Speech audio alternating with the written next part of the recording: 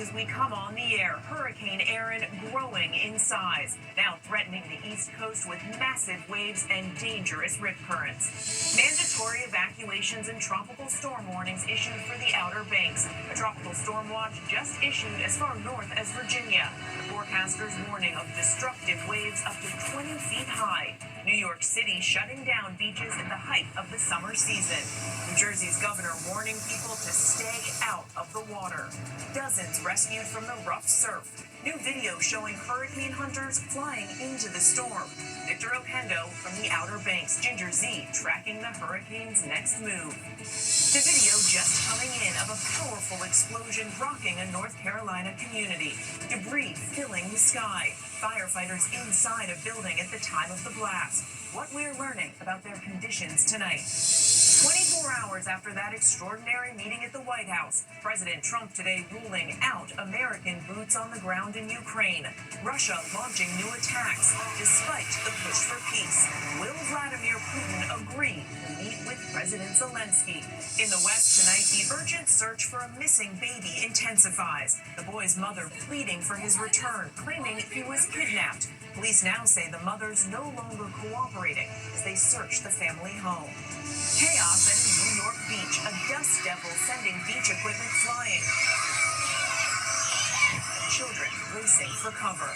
President Trump escalating his attacks on museums, slamming the Smithsonian, saying there's too much focus on, quote, how bad slavery was. John Carl standing by.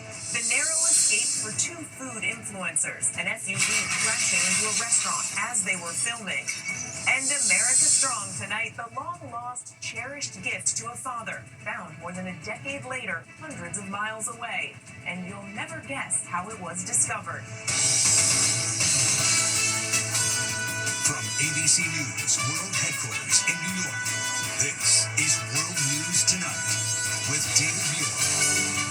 Good evening, and it's great to have you with us on a busy Tuesday night. I'm Mary Bruce in for David. We begin tonight with Hurricane Erin racing along the East Coast. North Carolina declaring a state of emergency. High surf and rip current alerts now posted from Florida to the Northeast. The storm now a Category 2 hurricane with winds up to 105 miles per hour. Its track running parallel to the coast, getting close enough to potentially cause serious damage. Dangerous surf already hitting the Carolinas. The hurricane expected to produce waves up to 20 feet high and a storm surge up to 4 feet, possibly flooding some highways.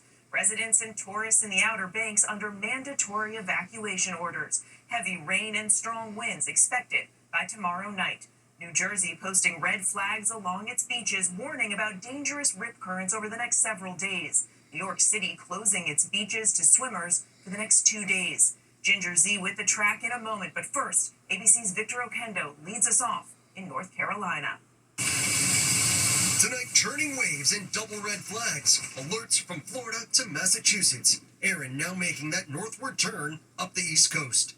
Mandatory evacuations in effect for the Outer Banks, where Erin's surge plus high tide could leave residents and visitors stranded. We're right along Highway 12. This is the main artery in the Outer Banks. It's common for waves to come crashing up over this dune and flood the highway. So what this front end loader is doing is pushing up some of that sand to try to fortify the dune. John Betzker moved here from New Jersey 3 months ago. His family was supposed to come visit him this week. When this alarm came, those plans got canceled. So I decided it's just better to go home and visit them for a while and come back when it's all over. After more than 60 people were rescued off Wrightsville Beach Monday, authorities restricting swimming. Many more towns following suit. Air Force hurricane hunters tracking Erin, throwing ocean buoys out of a C-130 to gather data. The massive system expanding, now more than 600 miles across. Those outer bands will lash the coast with tropical storm force winds up to 4 feet of storm surge and waves up to 20 feet. If a large wave knocks you off your feet, it will take you out into the water and potentially out past that shore break. And if you get far enough into the trough, it can pull you out past the bar. On the Jersey Shore, where there have been multiple drownings already this summer, the governor is worried. This is no time to be complacent. I would just say to you flat out, don't go in the water. Mary, here in Kill Devil Hills, the red flags are up and the surf is definitely getting stronger. Swells at about 3 to 5 feet right now, but come Wednesday into Thursday, could be up to 20 feet. With a dangerous mix of high surf and high tides, it's going to be ugly. North Carolina's governor has declared a state of emergency. Mary? We see those large waves growing behind you. Victor, stay safe there. Thank you. The latest track for Hurricane Erin coming out a short time ago, and 2 other systems are now beginning to take shape. So let's get right to ABC's chief meteorologist, Ginger Zee. Hey, Ginger. Hey, Mary, Erin is about 600 miles south-southeast of Cape Hatteras. It's moving north-northwest at 10 miles per hour, so it's closing in. And by tomorrow, you'll start to see those tropical storm force winds from south to north. Those tropical storm watches now include parts of Delmarva Peninsula to Virginia Beach. I want to time it because the closest it gets happens on Thursday morning. You can see it here on the Futurecast. But why we believe and have the entire time that it will then kick off to the north and east is partly because of that stationary front. It's going to ride close enough to the coast, though, that it's like a bulldozer pushing water, even when it's at some points hundreds of miles from the shore. And that's why we have the high rip current risk, the destructive waves for the entire coast. And coastal flood alerts are already popping, too. We will be done with the storm by the time the weekend's over, but let me focus in on ground zero, and that's the Outer Banks, where you'll see those 15 to 20 plus foot waves. They're using really strong wording: extreme beach and coastal damage, roads impassable, prolonged periods of time. You can see there 8 to 12 foot waves are possible, not just on the south side of there, but also from the Jersey Shore. Erosion possible up through Long Island, Rhode Island, even Nantucket. And I do want to mention there are those 2 waves we're watching, a very busy Atlantic as we're still on the ride up toward peak of hurricane September 10th. The next name, Mary, is Fernan. And we know you'll be watching those closely as well. Ginger, thank you. Tonight, dramatic images coming in. First responders remain on the scene of a large explosion and fire in North Carolina. Smoke shooting thousands of feet in the air, debris raining down. Multiple firefighters injured responding to reports of a gas leak. Firefighters inside that building when the blast occurred. Here's ABC's Faith Abube. This is the moment a building in North Carolina exploded with 3 firefighters trapped inside. Oh my God. The violent blast rocking this Wilmington neighborhood, shooting debris into the sky. A thick plume of smoke towering above the city. There's a lot of debris behind us. There's debris in the parking lot next to us. There's kind of debris everywhere. Officials say 1 firefighter suffered severe burns to the arm and hands. The other 2 are being treated for non-life-threatening injuries. They did call it Mayday after the explosion, and so they were able to extricate out of the building after that.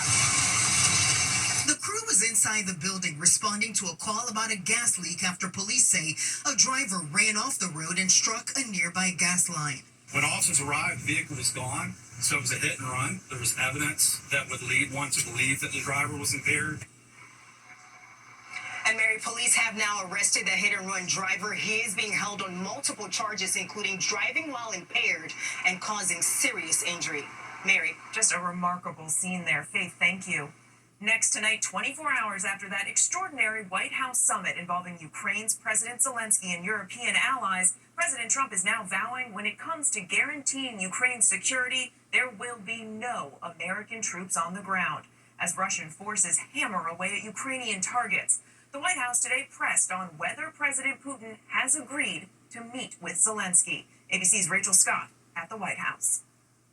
Tonight, President Trump says any effort to protect a possible peace deal between Russia and Ukraine will not involve American boots on the ground. It comes after he promised Ukrainian President Volodymyr Zelensky the U.S. would provide security guarantees in case Russia invades again. Would that involve U.S. troops? Would you rule that out in the future?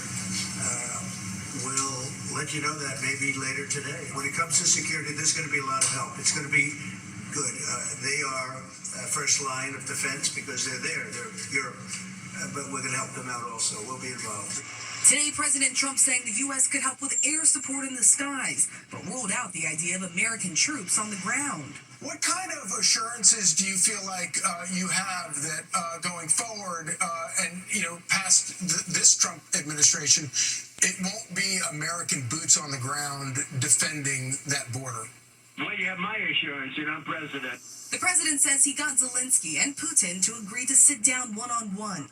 A hot mic caught him telling French President Emmanuel Macron he thinks Putin wants to make a deal for him. He wants to make a deal with me. You understand that? As crazy as it sounds. The president says he wants the meeting between Putin and Zelensky to happen quickly. The White House insisting he doesn't want to wait another month. But Russia still hasn't confirmed Putin is on board. Foreign Minister Sergei Lavrov pointing to a lengthy process, saying any meeting, quote, must be prepared with the utmost care, step by step, gradually, starting at the expert level and then moving on to all the necessary stages. Meanwhile, Russia continues to pound Ukraine with a barrage of deadly drone attacks. Today, I asked the White House why the president is convinced that Putin actually wants to come to the table. What indications is the president getting from Putin that he wants to have this meeting with Zelensky soon? Because he spoke to him directly yesterday. Reporters then pressing about that phone call. Did he agree to have a sit down with just Zelensky on the phone? I can assure you that the United States government and the Trump administration is working with both Russia and Ukraine to make that bilateral happen as we speak. Asking once again, Did Putin promise to do a meeting with Zelensky, a direct meeting, in the coming weeks? He has. But tonight, Russia is not saying as much. And though President Trump wants a meeting soon, right now there's no indication of when or even if it will happen. And right now, there is so much riding on President Trump's relationship with Russian President Vladimir Putin. European leaders want Trump to pressure Putin to agree to a ceasefire, but that is not something that the Russian leader wants. And so tonight, the fighting continues, Mary. And as you note, so much of this coming down to Trump's relationship with Putin. Rachel, thank you. Now to an alarming story unfolding in Southern California. Authorities say a mother who frantically reported her 7-month-old baby had been kidnapped outside a store has now stopped cooperating with police. Investigators now raising questions about inconsistencies in her story. Here's ABC's chief national correspondent, Matt Gutman. Tonight, that urgent search for 7-month-old Emmanuel Harrow after police say they found inconsistencies in his mother's claim that he was kidnapped from this Big 5 parking lot in San Bernardino County, California, 5 days ago. Rebecca Harrow breaking down before the cameras as she described being attacked from behind as she changed her son's diaper in the backseat of her truck. And I laid him down so I could get his diapers ready. And somebody said, "Hola," and that's all I remember. And I saw white. And the hearing sound, I fell on the floor. The mother of 5 said she was knocked unconscious and suffered this black eye. And I said, as I got up, I couldn't find my son. I checked all around my truck. Both parents pleading for Emmanuel's return. Please give him back. Just give him back to me again. Please don't harm my son. Please, I'm begging you. Please, God, please. Police have executed multiple search warrants at the family home after they say the mother stopped cooperating when confronted with inconsistencies in her story. And court records show the baby's father had pleaded guilty in 2023 to a charge of willful child cruelty. Mary, the sheriffs tell me this is still very much an active investigation to try to find baby Emmanuel. They say they have many deputies in the field, but they're also reviewing a significant amount of surveillance footage. At this point, this is still a missing persons case. Mary. Thank you. We move on now to President Trump declaring he's ordered a review of the Smithsonian museums and the American history on display. The president targeting what he calls woke exhibits, saying museums should focus more on America's, quote, brightness and not on, quote, how bad slavery was. Here's ABC's chief Washington correspondent, John Carl. Tonight, President Trump announced he has instructed his lawyers to scour through America's museums to rid them of exhibits he calls woke. Specifically, Trump cited the Smithsonian museums, saying they are, quote, out of control, where everything discussed is how horrible our country is, how bad slavery was, and how unaccomplished the downtrodden have been. Back in March, the president signed an executive order directing the Smithsonian Institution, which runs more than 20 museums in Washington and elsewhere, to, quote, celebrate American exceptionalism and remove divisive or partisan narratives. Last month, the Smithsonian removed references to Trump in an exhibit on presidential impeachments in the Museum of American History. Mentions of Trump's impeachments were later restored, although with changes. Now he's complaining about exhibits on slavery. What do you think of the museum? During his first term, Trump visited the Museum of African American History and Culture, which tells the story of slavery and celebrates African American accomplishments. Back then, he called it a, quote, truly great museum done with love. This tour is a meaningful reminder of why we have to fight bigotry, intolerance, and hatred in all of its very ugly forms. Even before Trump's comments today, the American Alliance of Museums said that no president has the power to impose the kind of review that Trump is demanding. The organization warned that Trump's actions, quote, represent a growing threat of censorship to museums in the United States. Mary? Lots of questions about where this goes from here, John. Thank you. News tonight about the American economy, prices, and jobs. Home Depot revealing plans to raise some prices because of President Trump's tariffs. Executives announcing the decision after quarterly sales reports came in lower than expected. And John Deere says it will lay off more than 230 employees at 3 factories because the demand for equipment is down, calling it, quote, a challenging time for many farmers. And when we come back, the urgent manhunt in Colorado for a suspect in the stabbing of a park ranger. That ranger now out of surgery. 2 influencers are thankful to be alive tonight after a violent crash. They were just starting their show when an SUV slammed into a Houston restaurant. And chaos in the sand. A dust devil ruins a perfect day at a beach in New York State. Next tonight, authorities are combing a state park near Denver, searching for a suspect that stabbed a park ranger. The ranger was rushed to the hospital and is now in serious condition. Authorities say the suspect fled on foot. They say he should be considered armed and dangerous. And new concerns tonight after a 5th death linked to the Legionnaire's disease outbreak in Manhattan. 108 cases have been confirmed in the past few weeks. 14 people are currently hospitalized. The outbreak has been linked to cooling towers in several buildings. And when we come back, the urgent FDA warning: some shrimp sold at Walmart may be contaminated with radioactive isotopes. And a dust devil tears through a New York State beach. Terrified beachgoers running for cover. To the index now, and a terrifying scene at a New York State beach. A sudden and unexpected dust devil sending people running for cover on Thursday. Kids can be heard screaming, at least one umbrella sent dangerously flying. A day later, another dust devil ripping across a field in another part of upstate New York. And a seriously close call at a Houston restaurant. A driver crashing an SUV through the window of the building just as a pair of food influencers were filming a show and about to dig in. The 2 receiving minor injuries, saying they feel lucky to be alive. The FDA tonight is warning consumers not to eat certain shrimp sold at Walmart that may be radioactive. The shrimp were sold under the Great Value brand and have a Best By date of March 15, 2027. The FDA says they could contain a radioactive isotope and is telling consumers to throw them away. An investigation is now underway. And when we come back, the lost wallet and the kindness of a stranger. Bruce Willis, that smile, that laugh, but now, gripped by a heartbreaking disease. The loving and powerful event special, Emma and Bruce Willis, The Unexpected Journey, next Tuesday night on ABC. Finally tonight, lost, then found, thanks to the kindness of a stranger. Tonight in Lake Crystal, Minnesota, southwest of Minneapolis, an unbelievable find and incredible act of kindness. Mechanic Chad Volk was hard at work, doing repairs on a 2015 Ford SUV, 151,000 miles on it, when he discovered a piece of its past under the hood. Someone stuck the air cleaner in it, and it wouldn't snap down in the place where it's supposed to be. Stuck in the engine, an old wallet. The wallet was sitting on a little ledge.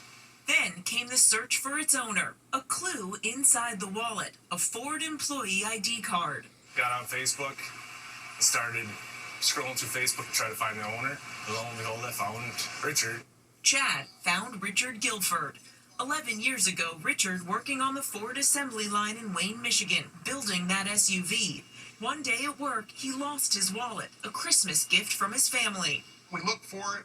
We looked the next day for it. Nobody could find it. He figured it was long gone until Chad reached out. He said, "Did you lose your wallet years ago? If so, I found it in an engine bay of a car." I said, "Yes, I did." I said, "Would you be willing to send that to me?" Chad, happy to help. Think how hot that transmission got with that wallet. It spent 11 years riding around in that car.